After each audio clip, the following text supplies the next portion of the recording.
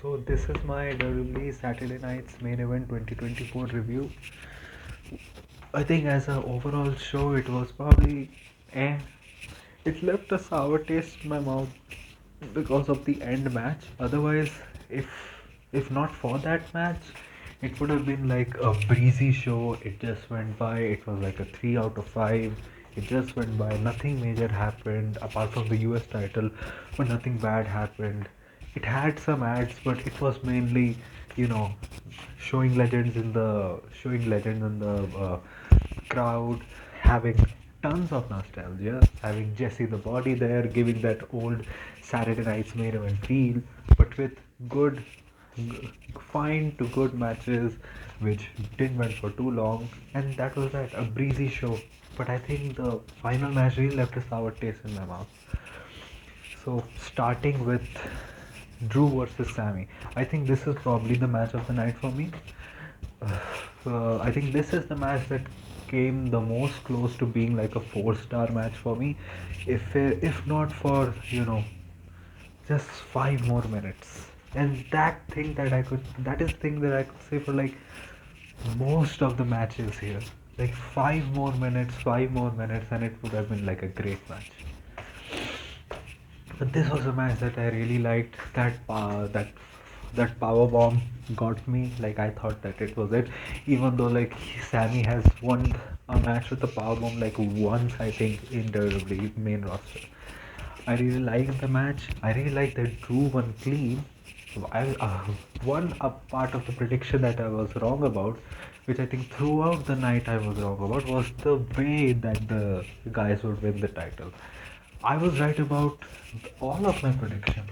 Like I predicted, like if you look at the winners, it's 5-0, but the way that they won, you know, cost me points. So I will not give myself 5. I'll probably give myself like a 2.5 out of 3, because I will not put it at the same level the way that they won the match at the same level as the winner. I don't think that's uh, a fair metric, to be honest. So I'll give myself a 3 out of 5 for today. But I think this was probably the match of the night for me. People were the that, that the crowd was hot probably throughout the show. I don't think there was even one time that they were silent. Like the only time that they were silent was like for Michin and Chelsea for like bit, start of the match and between when Michin was on top. But whenever Chelsea was like near to winning, or when Chelsea was doing her moves, they were quite into it. Whenever Chelsea was like on the verge of winning, they were really loud. But but when Chelsea and Meechin were like just doing moves to each other, they were kind of eh, there. But throughout the show, there was not one match that they were not hot.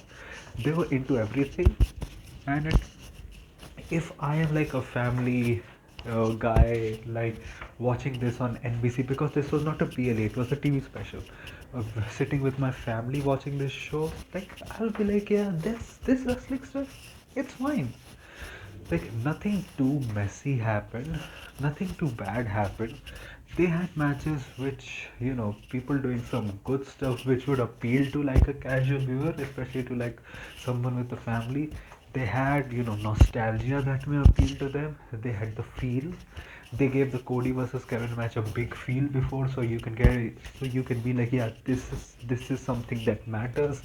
They had apart from the semis and mains, clean matches, pretty clean matches, and kind of like introducing everyone to those characters. So I will be, if I am watching, I will be like, yeah, yeah, wrestling is something that I can watch. Maybe I'll watch, Raw coming on Monday.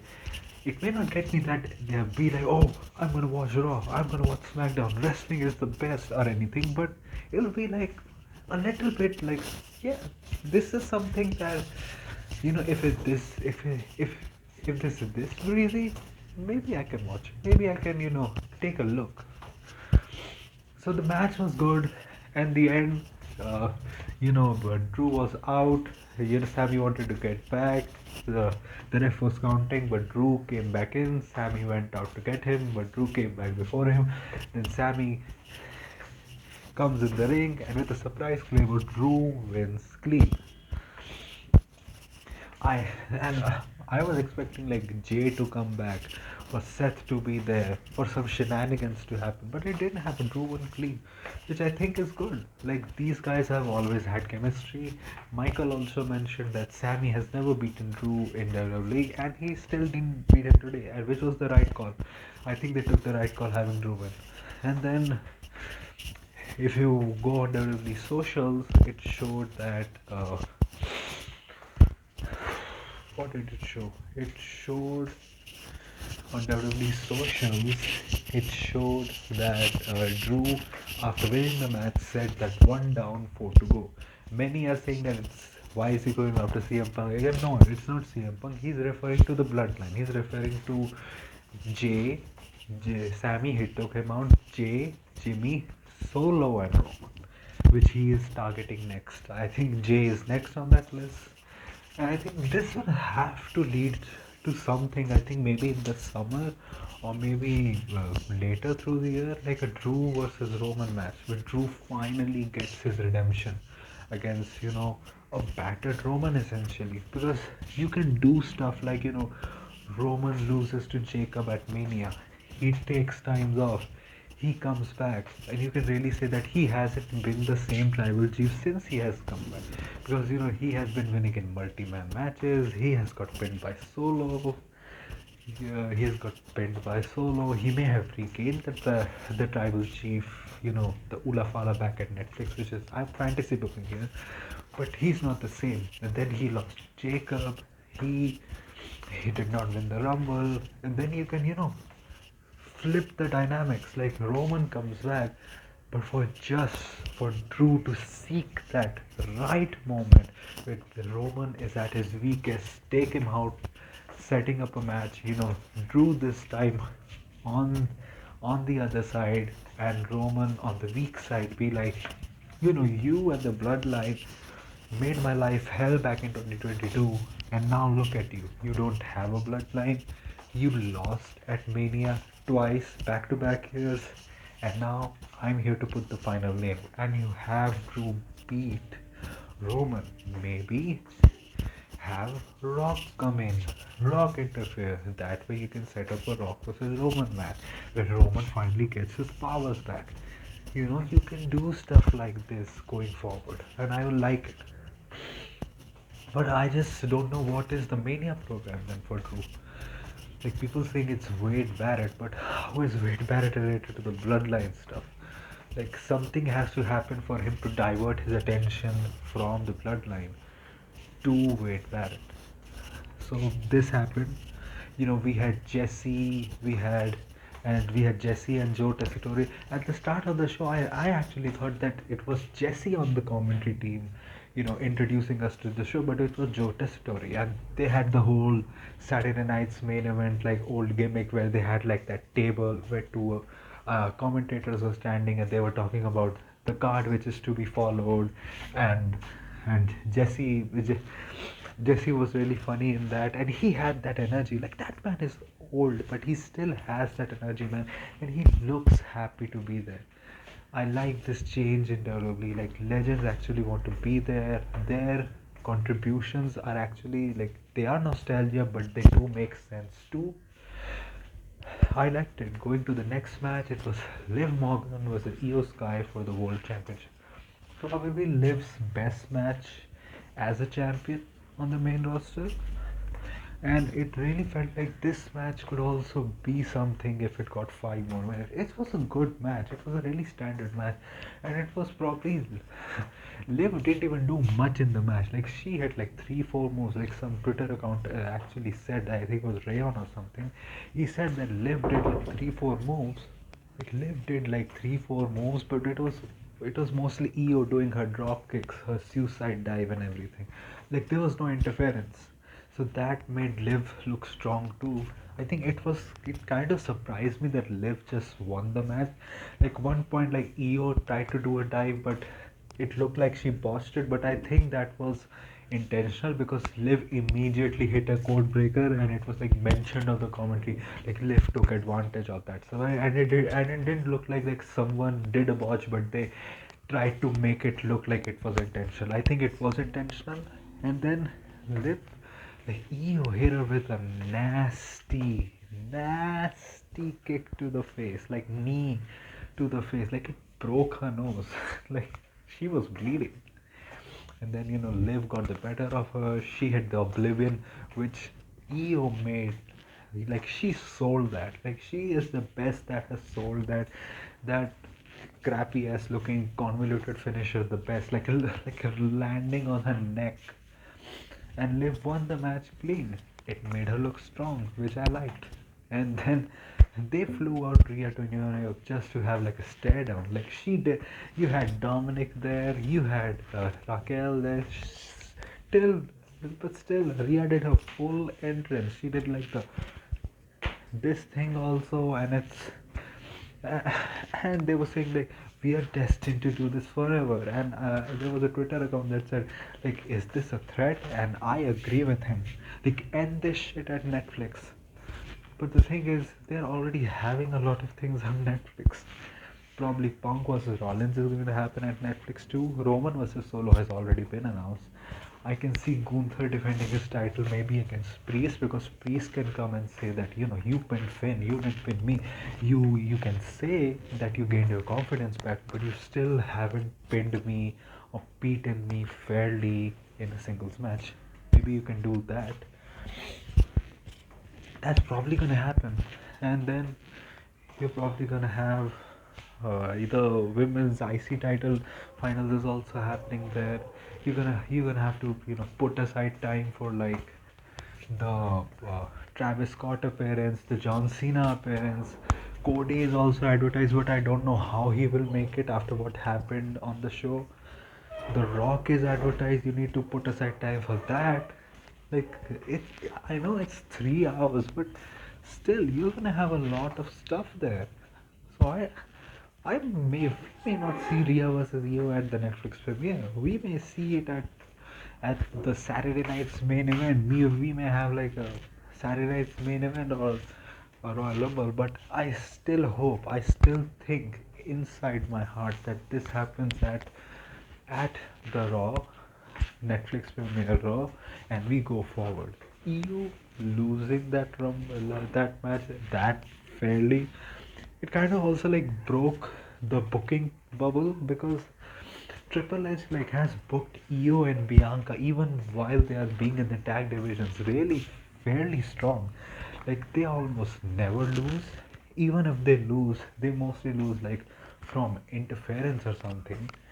And when they lose clean, it's like to each other they lose clean. So this was really like out of the bubble for me, that Io losing to someone else also that quick and that clean. In my mind, it hurts Eo's chances to win the Rumble, but I think it was Adam Gibson that mentioned on Twitter that Bailey also didn't win any of her matches going into the Rumble, but she still won the Rumble. So it shouldn't really matter that much that Io lost here. I still hope the program is Rio versus Rio. I just said Rio. Rhea versus Io at Mania, because I think and for Io to win the title.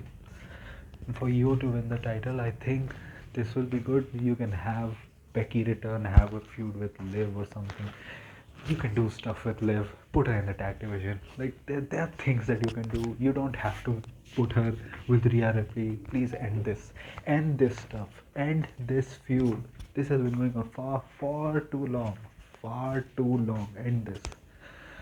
Now going into the next match, it's Finn Balor versus Damian Priest versus Gunther for the World Heavyweight Championship. This was a really good match. This was a fast-paced match. Like this was probably the most fast-paced triple threat I have ever seen. Like this, like they were going through moves quickly.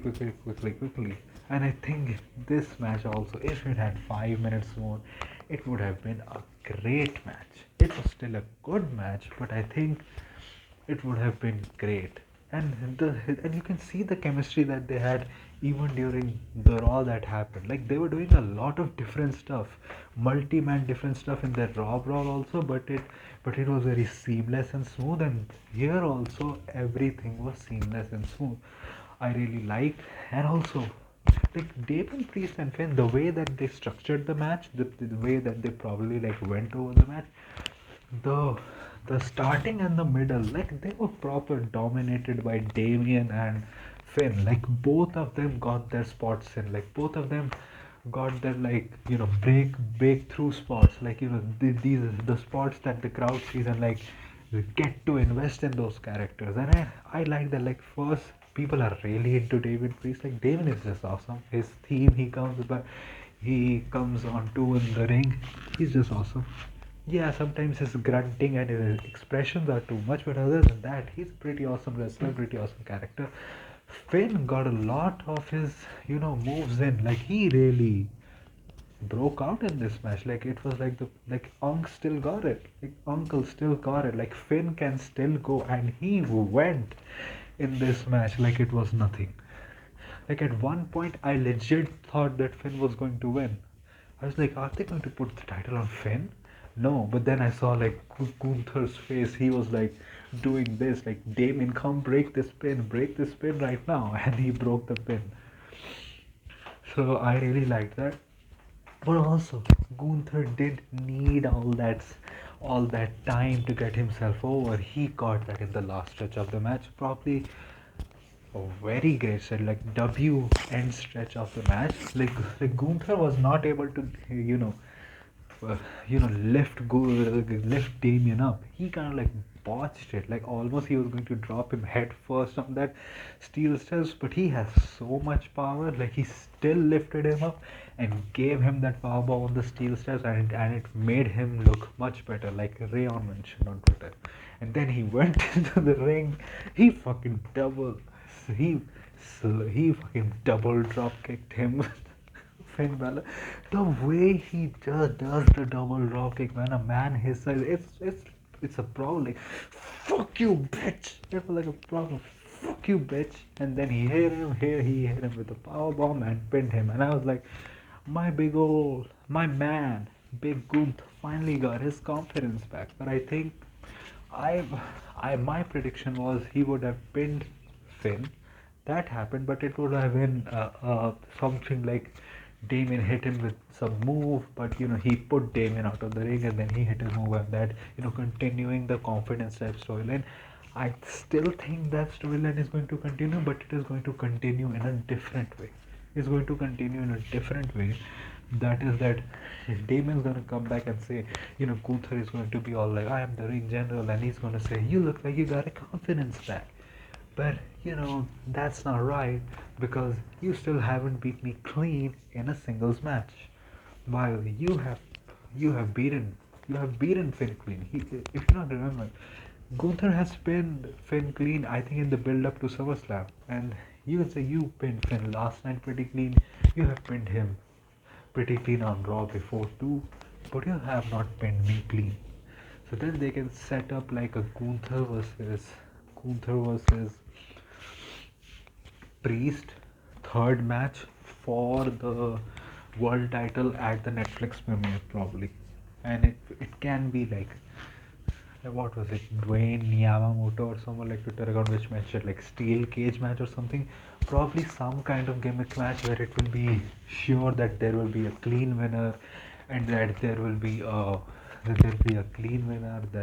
be no interference, probably some stipulation that guarantees that is probably going to be the Gunther match at the Netflix premiere going forward.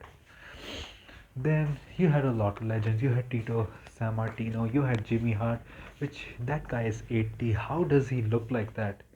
You had Greg Valentine. You had Coco Beware also there. So they had people. They had old legends. It was very nice to see them. And then it was time for the semi-main event. The and yeah, this title has fucked my mind. Like this was a pure SmackDown exclusive title, but how did I mistake Nick Aldis for Adam Pearce? Like I mentioned in my Instagram video, like why is Adam Pearce not out there? Why is they called this? Like these tournaments have like butchered my mind, something like that. I'm not able to get these things right, but they got the semi-main event spot, Michin versus Chelsea for the US title.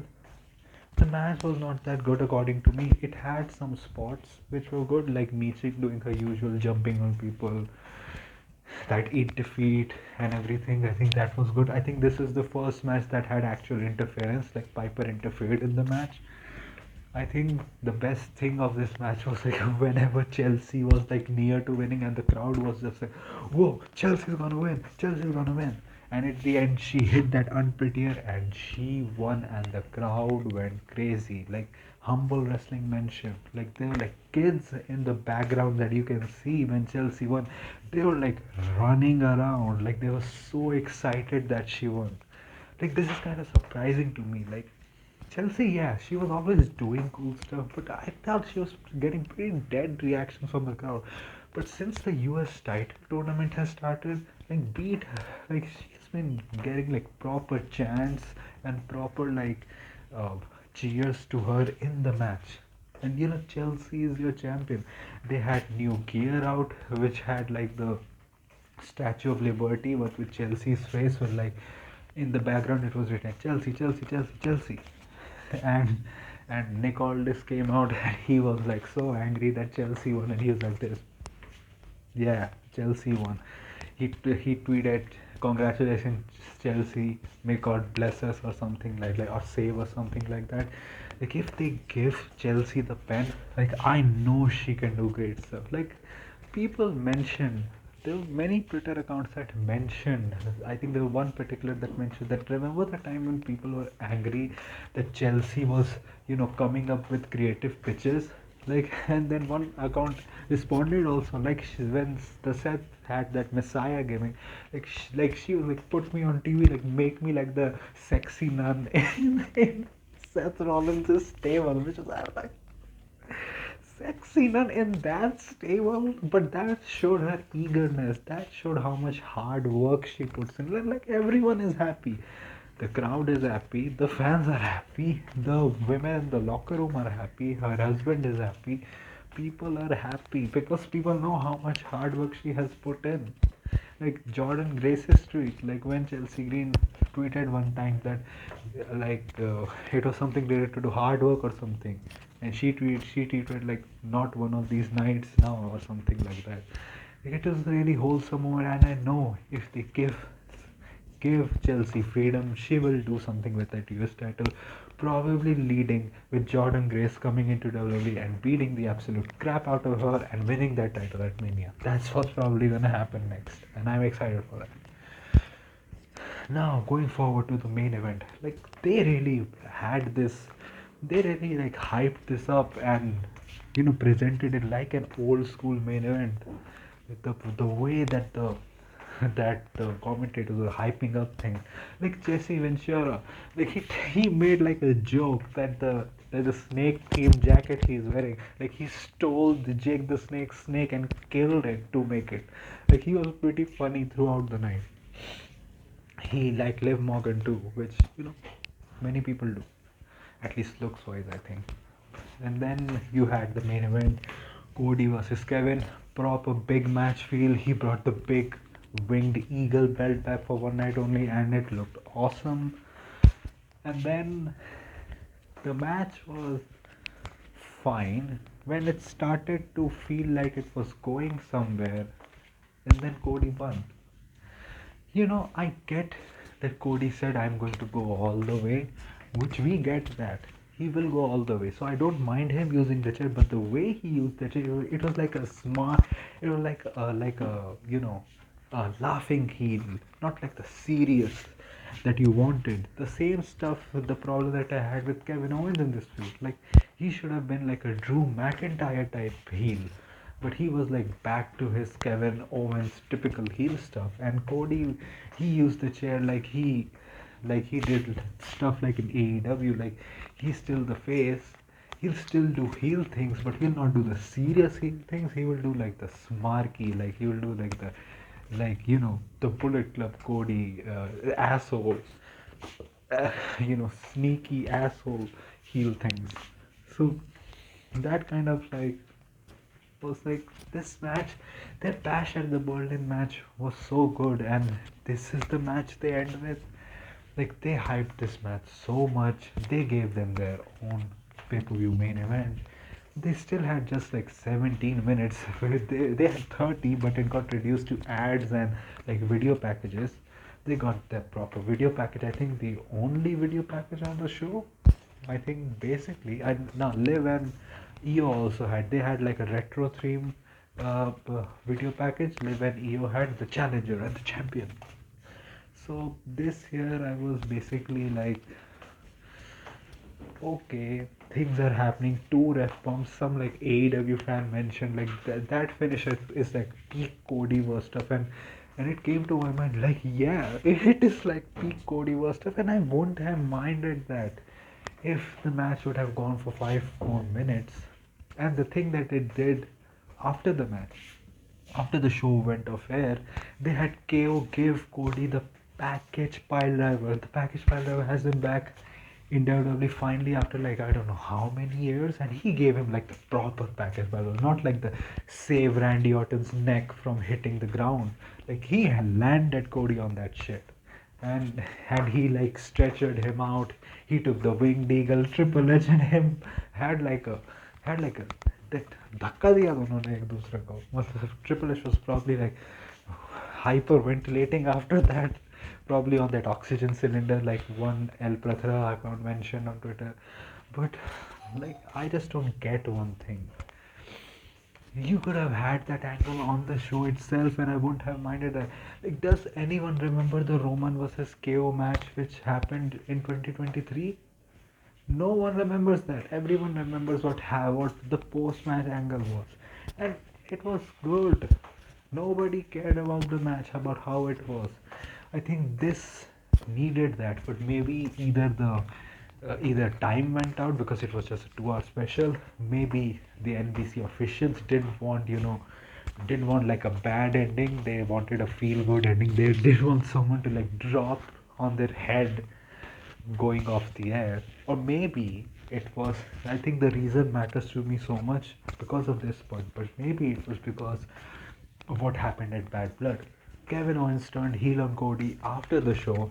It got, pretty big on social media after that, and they just got obsessed with it. And I mentioned it at that time too on like Insta or like Twitter, I don't remember, that please do not use this frequently. I know you see this stuff gets spread over the social media and you're like, yeah, yeah, yeah, yeah.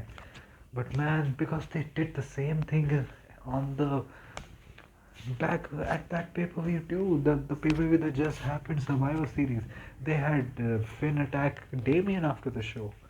Like, if they did this because of that, I would be so disappointed because, man, you're just overusing that, and this show needed that angle. Like, because if this show had that angle, I would have gone on the show be like, yeah, proper 3 out of 5, 3.25 maybe out of 5 show, breezy went by. But that last match, like, just left a sour taste in my mouth because I was like, this is like the first or the second most best storyline going in WWE right now, and you end it with this match. People will say, oh, this match is not done. But first of all, if they're having 2 hours, then they should choose just 4 matches only, because otherwise matches are not getting time, man. That this main event didn't get that much time even after cutting off time from like previous matches.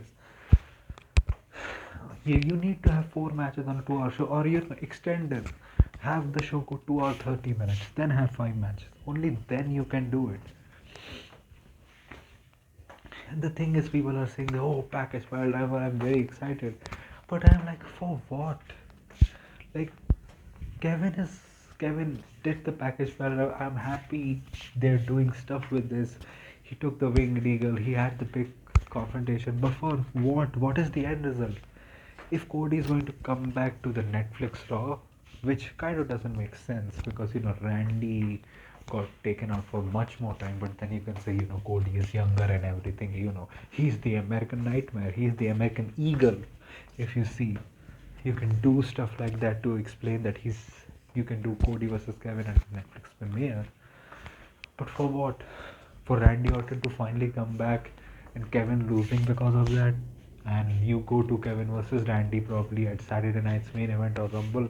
You end that stuff right there, and then you go to KO and Sami next. But the thing is, the end result of this trilogy is Kevin losing anyways. I know what's gonna happen. It's a good angle, but I know what's gonna happen. It would have been better if this, other than the ending that we saw, the we could have just had KO getting angrier and KO kicking out at the very last, Cody hitting him with that chair, then KO just spazzing out because in his mind he thinks that everyone is against him because two referees got taken out. He actually, like, he got the pin on Cody first from that stunner, and then he just went crazy. You can have him hit him with the chair and have the package pile driver angle, and that's how you continue the trilogy, with probably Kevin still losing the third match, but me not being angry about it because KO lost the second match because he feels that he got wronged by the system and he put Cody on his head. That would have been much better. But I know what's gonna happen. KO's not winning that title anyways. If KO would have won the title, and even the leg work, like they went to the legs sometimes, like the commentators were very, very apt on it mentioning, but they worked on the legs not that much. Only sometimes they worked on that, which was like a big part going into this. Like the last 2 weeks, the mention of the leg, it was going to be a big part, but it didn't. The commentators mentioned it, but you saw it in the ring like a few times, and then they just didn't work the leg, and that just happened. So I'm like, okay, this is good. I think Triple H's booking has really been hurt by at first him trying to like get the fans' approval, making Jay the champion. Though I didn't mind it, having some like decisions, going against the grain, and then also put not putting stuff out on TV because of the Netflix premiere or because of the WrestleMania season coming up. He's holding off on a lot of stuff, which has resulted in TV, which is not bad, but it is like, I know this is fine, but this could have been better. Or I get why they are doing this, but I shouldn't. But why should I care about that? I am watching this show right now. Why should I care for Netflix or something like that? So it's like, I hope with the Netflix show coming up, with the WrestleMania coming up, season coming up, we get back on track because there's been a lot of if and buts which I am not have had against Triple H for a while, and they are creeping in. I'm not saying the shows are doing great, and I'm happy that WWE is doing great. I'll be happy when AEW also does well because having more than one wrestling show doing well is better for wrestling as a whole. I do like this tagging the Netflix show so that more people watch this great sports slash entertainment show of wrestling. I hope that happens, but that doesn't absolve him from the current problems that we are having, and I hope he fixes that. I hope going into the Raw and SmackDown, like the bad taste that has been left in my mouth due to the last match, it gets forgotten, and I hope that going into the next Saturday night's main event, which is happening a week before the Rumble, they actually like figure out how to like place matches, about how to have how many matches, and also like that the show doesn't feel like a house show. This felt like a house showish type of show. That things do actually matter, like have that stuff here, and that will be it for me. Like this show probably would have been a 3 out of 5 for me, a pretty average bang in the middle, but it dropped down a little, probably a 2.99, 2.98, something like that. 2.9 is probably something like that because of the ending. So yeah, that was my Saturday night's main event review. If you like this type of content, like the video, share and subscribe my, and also donate on my UPI ID, that is chefboy@okicici, so that I can make YouTube my full-time career. And my social media links are down in the description, my Twitter and my Instagram links. And I do post a lot of stuff there related to wrestling, non-wrestling, some funny stuff, and you can track my everyday happenings that I have. And that's it for today. Yeah, that's it for today. Maybe because I have to study, because I have an exam tomorrow, maybe I'll not make any more videos. So that's it for today. So thank you, goodbye, alvida.